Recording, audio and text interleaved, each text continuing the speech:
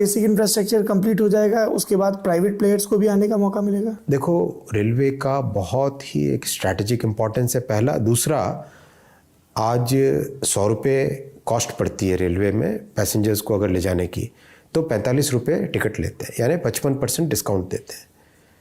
तो private sector कभी भी लॉस पे काम नहीं करेगा। तो नेचुरली है कि ये गवर्नमेंट सेक्टर में ही रहना है। मेरे से पहले माननीय श्री पीयूष गोयल जी पार्लियामेंट के फ्लोर पे कह चुके हैं, मार्च 2021 में मैं फ्लोर पे कह चुका हूँ पार्लियामेंट पे, कि रेलवे के प्राइवेटाइजेशन का कोई प्रश्न ही नहीं उठता है। नहीं, मैंने प्राइवेटाइजेशन, मैंने कहा कि कुछ प्राइवेट प्लेयर्स भी आके। ऐसा नहीं है, कौन आएगा? अगर आपको 55% डिस्काउंट देना होगा तो कौन चलाएगा? निखिल सर, मेरे छोटे छोटे कुछ सवाल हैं, क्योंकि उसके बाद हमको कुछ और आपके पोर्टफोलियोज के बारे में बात करना है। आप वंदे भारत को लेके हमने आपका इंतुजियाज्म। दोस्तों, वीडियो में आगे बढ़े उससे पहले आप सभी स्टूडेंट्स के लिए एक इन्फॉर्मेशन है कि जैसा कि आप लोगों ने देखा होगा, हम लोगों ने रेलवे में जितने भी तरह के पोस्टें होते हैं, इन सभी पोस्टों पर आज जो भी रेलवे के कर्मचारी कार्यरत हैं, वो भी रेलवे के जो भी लेटेस्ट एग्ज़ाम्स को क्रैक करके उन सभी स्टूडेंट्स का हम लोगों ने इंटरव्यू किया है। और सभी स्टूडेंट्स ने कहा है कि किसी भी एग्ज़ाम को क्रैक करने में मॉक टेस्ट का एक बहुत ही ज़्यादा इंपॉर्टेंट रोल होता है। तभी आप सभी स्टूडेंट्स को टेक्स्ट बुक आईले टेक्स्ट बुक पास मिल रहा है 175 रुपये में, वहीं टेक्स्ट बुक आईले टेक्स्ट बुक पास प्रो मिल रहा मात्र 263 रुपये में। तो वीडियो के डिस्क्रिप्शन में, साथ ही कमेंट सेक्शन में आपको एक लिंक मिलेगा, उसने पे क्लिक करके हमारा कूपन कोड है उमंग10, इसको जैसे ही अप्लाई करिएगा अभी आप लोगों को 10% की जगह पूरा का पूरा 12% का डिस्काउंट मिलेगा। दोस्तों, अभी आप लोगों ने माननीय रेलवे मंत्री जी का एक इंटरव्यू सुना, जिसमें उन्होंने स्पष्ट रूप से कहा है, और अभी ही नहीं कहा है बल्कि इससे पहले भी वो कहते आ रहे हैं कि इससे पहले जो रेलवे के मंत्री जी थे श्री पीयूष गोयल जी, वो भी पार्लियामेंट के फ्लोर पे खड़ा होकर के कह चुके हैं कि रेलवे का प्राइवेटाइजेशन नहीं होगा। तो आखिर ये सारी चीज़ें जो हो रही है, ये प्राइवेटाइजेशन नहीं है तो और क्या है? यहाँ पे स्पष्ट रूप से आप देख सकते हैं, आपके सामने एक खबर है जिसका हेडलाइन है, जुलाई में RKMP से सिकंदराबाद, बेंगलुरु और चेन्नई के लिए चलने लगेगी प्राइवेट ट्रेनें।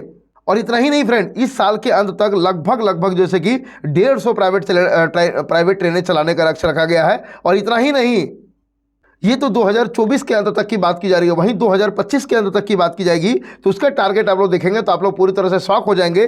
2025 के अंत तक 500 प्राइवेट ट्रेनें चलाने का लक्ष्य रखा गया है। हालांकि इन ट्रेनों में जो असिस्टेंट लोको पायलट होंगे और जो गार्ड होंगे वो रेलवे के ही होंगे, लेकिन आप लोग स्पष्ट रूप से देख सकते हैं आज जो रेलवे में 3 लाख पद खाली है, ये 3 लाख पदों पर भर्तियां नहीं आ रही हैं।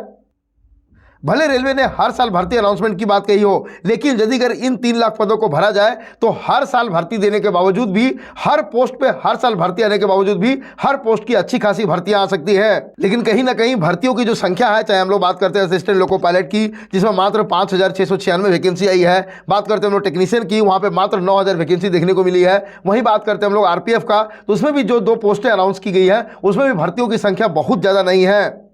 जबकि रेलवे को पूरे भारतवर्ष का सबसे बड़ा नियोक्ता यानी कि सबसे बड़ा रिक्रूटर के तौर पे जाना जाता है। और यहाँ सबसे बड़ी अजीब विडंबना यह है कि जब ये रेलवे का प्राइवेटाइजेशन हो रहा है तो मंत्री जी इसको एक्सेप्ट क्यों नहीं करते हैं, जनता को बताते क्यों नहीं है कि हाँ, हम फेज वाइज मैनर में रेलवे का प्राइवेटाइजेशन करेंगे और इस साल तक इतना परसेंटेज प्राइवेटाइजेशन होगा। जब भी प्राइवेटाइजेशन का सवाल पूछा जाता है, माननीय रेलवे मंत्री जी सिरे से खारिज कर देते हैं कि रेलवे का प्राइवेटाइजेशन तो संभव ही नहीं है। ये एक बहुत ही गंभीर विषय है और कहीं ना कहीं माननीय रेलवे मंत्री जी को इन फैक्ट चेक को दिखा करके सवाल पूछने की ज़रूरत है। यदि अगर आप लोग ट्वीट कर सकते हैं तो अपने लोकल सांसद को ट्वीट करके इस न्यूज़पेपर का कटिंग भेज करके उनको बोलिए पार्लियामेंट में सवाल पूछने के लिए कि आखिर आप एक तरफ बोलते हैं कि रेलवे का प्राइवेटाइजेशन नहीं होगा, तो आखिर ये जो खबरें हैं आखिर ये क्या है?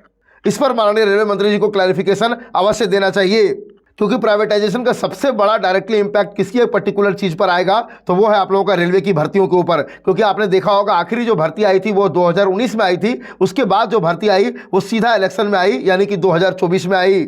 और ऐसा नहीं है कि 2019 से लेकर के 2024 तक रेलवे का काम पूरी तरह से रुक गया था, रेलवे का काम चल रहा था और बहुत ही तेज गति से चल रहा था। इसके ऊपर आप सभी स्टूडेंट्स का क्या राय होगा, आप हमें ज़रूर बताइएगा।